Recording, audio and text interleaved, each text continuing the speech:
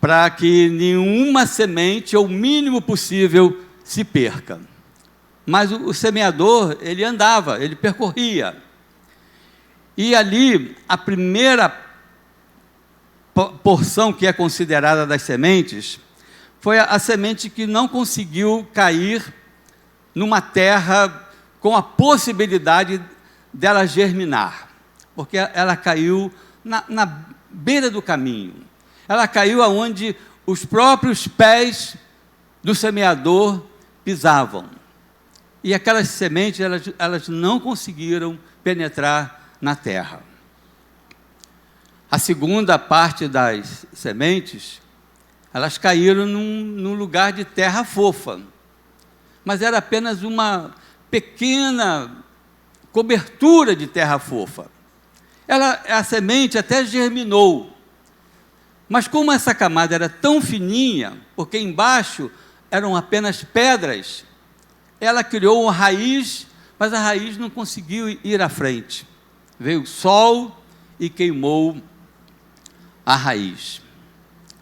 A terceira parte, ela caiu numa terra boa, sim, mas ela foi comprometida, porque aquela terra, ainda que estivesse mexida, aquela terra, ainda que estivesse tirada as pedras, estivesse pronta para a semeadura, ali naquela terra tinham outras sementes que germinaram com a semente que o semeador colocou ali.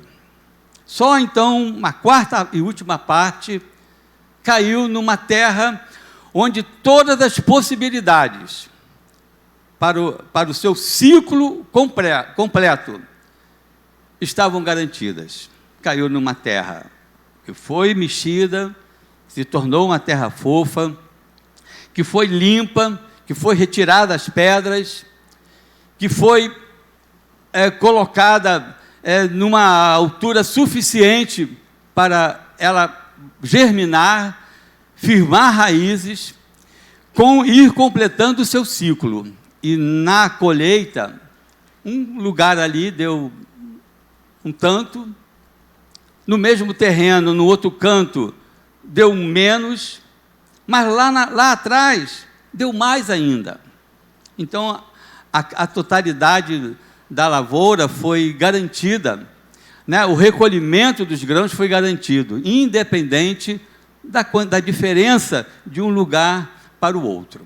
Jesus mesmo, ele dá a interpretação da parábola do semeador. Versículo 37, Jesus fala, respondendo, né, aos seus discípulos que perguntaram a ele, perdão, esse aqui eu falei 37, mas é da palavra do trigo e do joio. Voltando aqui atrás. Jesus, versículo 11, ele vai falando, ele discorre sobre a forma como ele usa o método das parábolas para que os seus discípulos tivessem estímulo em compreender, mas ele diz assim no versículo 18 em diante, para ser o certo que eu queria destacar nessa hora. Escutai vós, pois, a parábola do semeador. Porque a importância daqui, irmãos, é que a compreensão da parábola, Jesus mesmo deu aos seus discípulos. Versículo 19. Ouvindo alguém a palavra do reino e não a entendendo, vem o maligno e arrebata o que foi semeado no seu coração. Este é o que foi semeado ao pé do caminho. Há cerca de 40 anos atrás, mais ou menos, na verdade, não tão assim incerto. Na década de 70, antes da finalização da construção da represa de Itaipu Binacional, na região de Guaíra, haviam ali naquele lugar um sistema de travessia do rio, de cada lado da fronteira, do Brasil para o Paraguai. E o meio de transporte eram as canoas, eram pequenas embarcações. E havia ali aquelas pessoas que, como se fosse um táxi, eles eram donos das embarcações.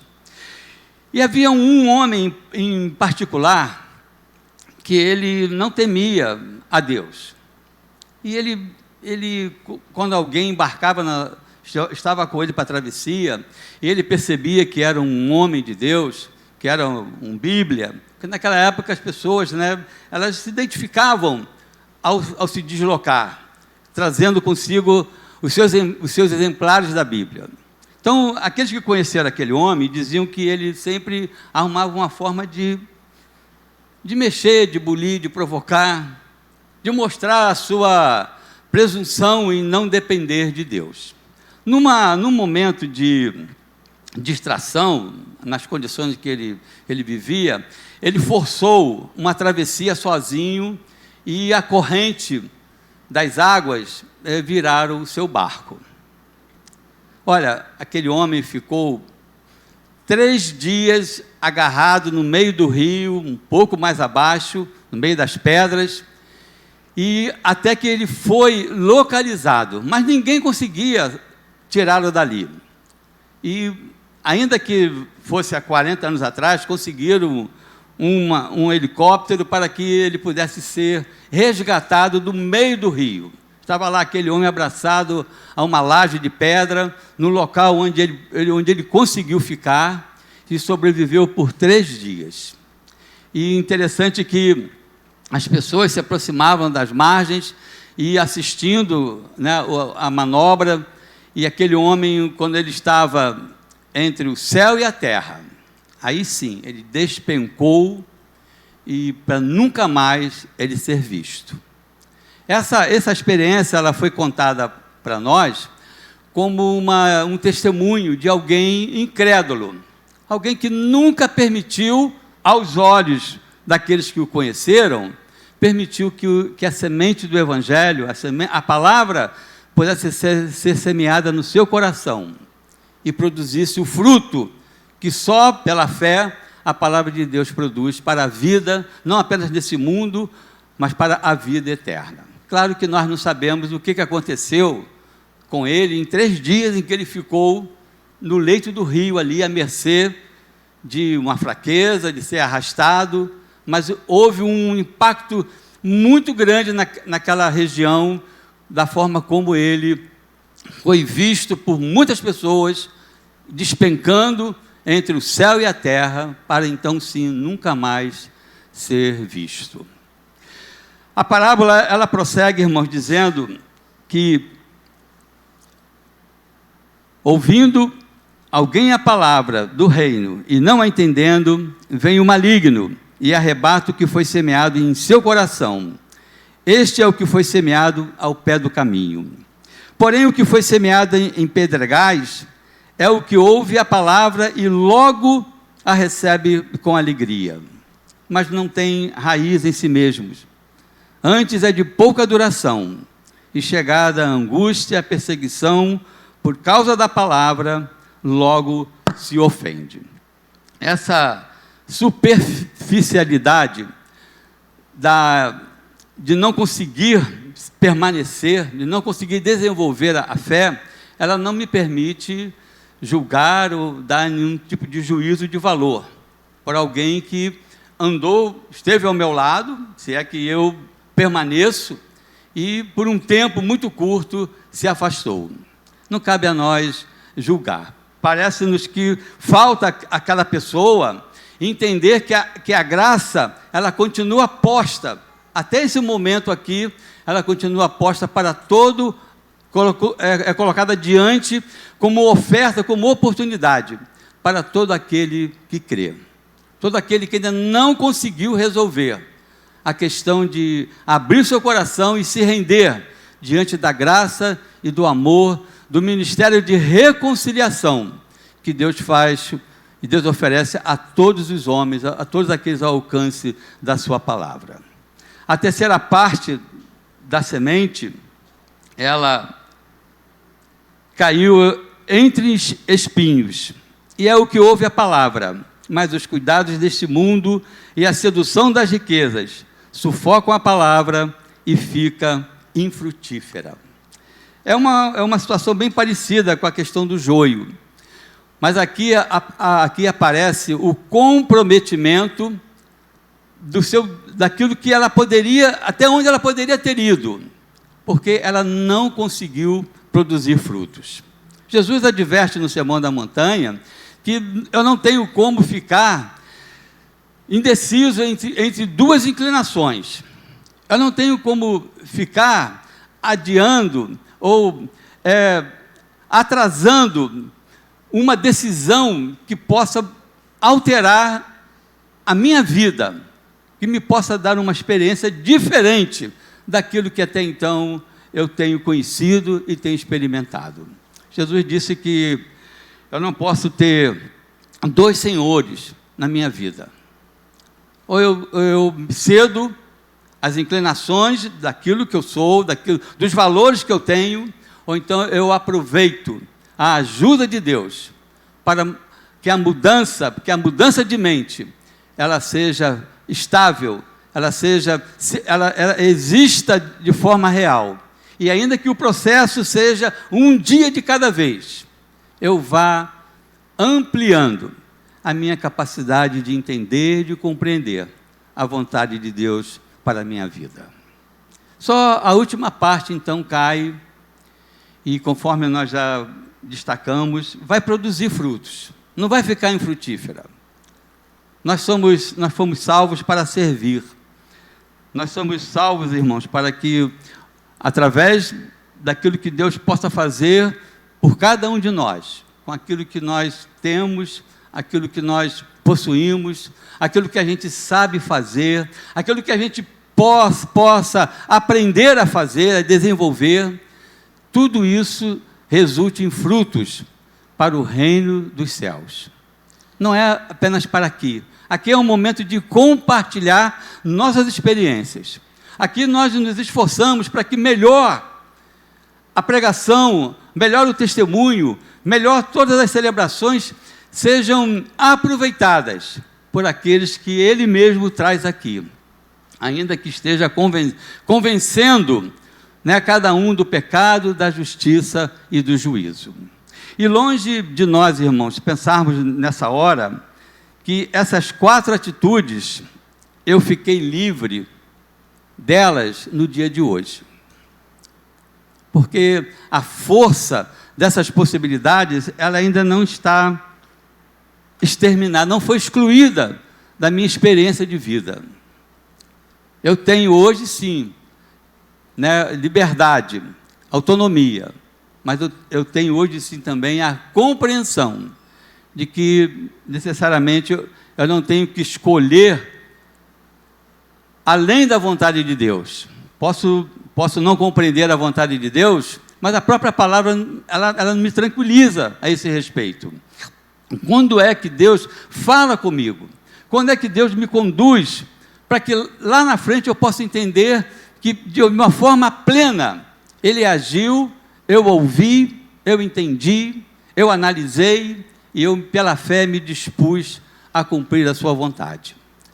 É no dia a dia mesmo, é a toda hora, é em toda hora.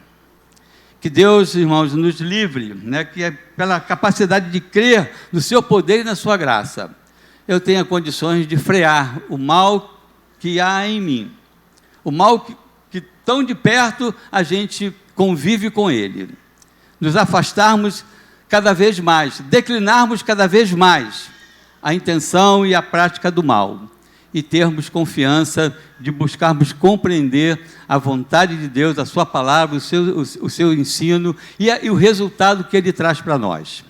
A evidência que a palavra de Deus diz é que quando nós fazemos a vontade do Senhor, no nosso coração reina paz. Só isso, irmãos. A tranquilidade da paz. Nós podemos dizer, olha, você está tranquilo porque você fez a coisa certa? Não é apenas isso. A coisa certa é entre os homens. Mas eu fiz aquilo que Deus propôs para que, uma vez confiando no seu poder e na sua graça, eu pudesse ser usado no dia de hoje para a sua honra e para a sua glória. Oremos. Senhor Deus, nosso Pai, eu te agradeço, Senhor, porque na limitação de todos os instantes da nossa vida, Tu tens nos mostrado, Senhor, que vale a pena prosseguirmos, que vale a pena, Senhor Deus, confiarmos em Ti. Nos ajude, Senhor, para que nessa noite, no restante desse dia, a consciência de cada um de nós, Senhor Deus, esteja voltada para buscarmos a Tua vontade, reconhecermos o Teu senhorio, experimentarmos, Senhor Deus, o sossego de que em Tuas mãos nós permanecemos e que há propósito, Senhor, em todo o tempo para a vida de cada um de nós. Faça-nos, Senhor Deus, válidos para a Tua obra. Faça-nos, Senhor Deus, interessados para que nossas capacidades sejam colocadas ao Teu serviço. Senhor, ajuda-nos a confiar em Ti. Perdoe, Senhor, nos ajude para que o desembaraço daquelas coisas que nos prendem e nos retêm possam ser concluídos, Senhor Deus, possam ser aprendidos, para que tenhamos consciência de fugir do mal que está à nossa frente e que tão de perto nos rodeia. É o que eu te peço, Senhor, nós te pedimos em nome de Jesus amado. Amém.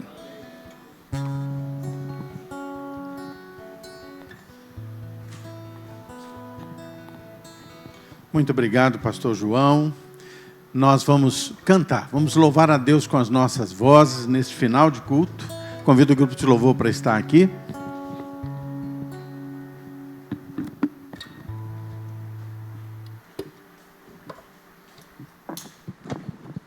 Convidar a ficar de pé novamente para cantarmos essa última canção. Nada além do sangue, a razão da nossa vida, a razão da nossa salvação, que a gente possa celebrar o Senhor.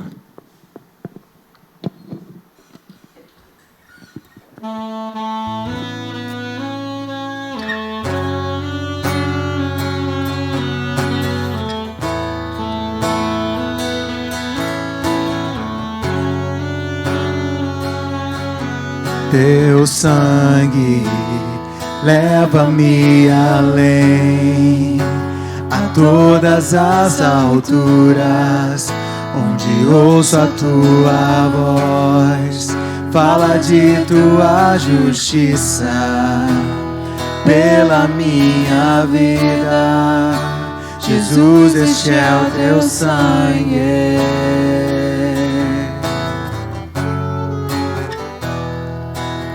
Tua cruz mostra a Tua graça, fala do amor do Pai, que prepara para nós um caminho para Ele, onde posso me achegar somente pelo sangue.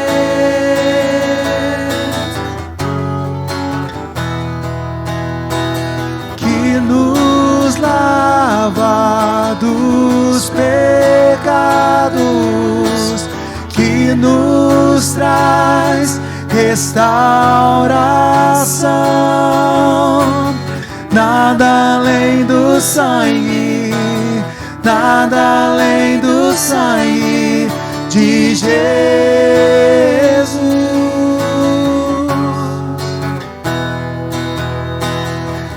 Nos faz brancos como a neve, aceitos como amigos de Deus. Nada além do sangue, nada além do sangue de Jesus. Tua cruz, Tua cruz mostra a Tua graça, fala do amor do Pai, que prepara para nós um caminho para Ele, onde posso me achegar somente pelo sangue.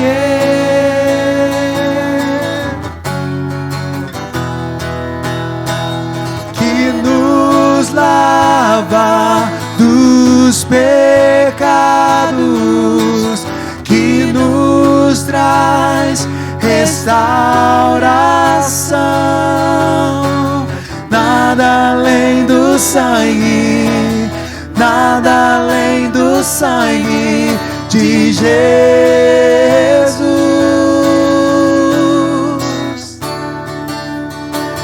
que nos faz brancos como a neve, aceitos como amigos de Deus.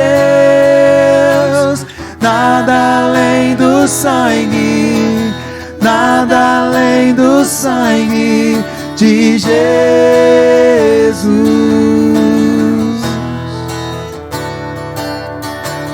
Eu sou livre,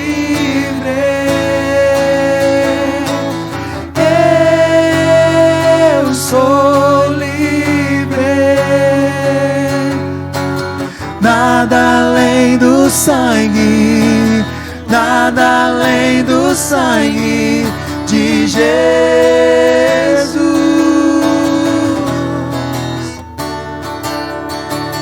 Eu sou livre,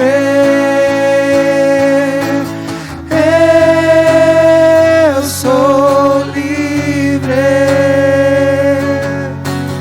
Nada além do sangue, nada além do sangue de Jesus.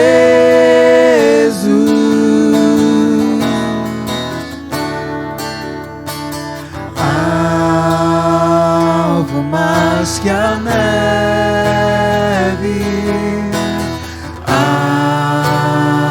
algo mais que a neve. Sim, neste sangue lavado, mais alvo que a neve serei. Alvo mais que a neve, alvo mais que a neve. Sim, neste sangue lavado, mais alvo que a neve serei.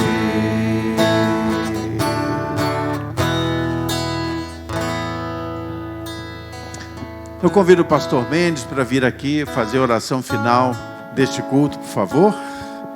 Nós vamos encerrar com uma oração. E que Deus nos abençoe, que nós tenhamos ouvidos para ouvir a voz de Deus na nossa vida. E além de ouvir, ter a coragem de obedecer. Amém? Pai, nós te adoramos nessa noite, pelo que vimos, pelo que ouvimos, que temos visto e vivido neste tempo. Queremos pedir a Deus a tua graça sobre nós, o teu cuidado sobre nossas vidas, as tuas bênçãos e a tua proteção sobre esta comunidade de fé, sobre essa igreja, sobre essa liderança, sobre o teu povo, que ouviu a explanação da tua palavra hoje.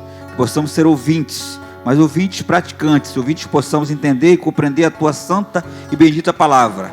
O Senhor continue fazendo, frutificar, e assim possamos multiplicar, florescer para a honra e glória do teu nome. Nos dê uma semana feliz, uma semana abençoada, um tempo bendito e precioso na tua presença, para que possamos ser luz no mundo e assim possamos refletir a tua glória, a tua graça e o teu amor. E que a graça bendita de Jesus Cristo, o amor de Deus nosso Pai e as doces e ricas consolações do Espírito Santo da promessa esteja com o teu povo, hoje, agora e para todo sempre, em nome de que nós oramos nessa noite bendita. Amém. Vamos em paz, que Deus nos abençoe. Amém. Queridos, dê um abraço no seu irmão, diga: Deus abençoe você.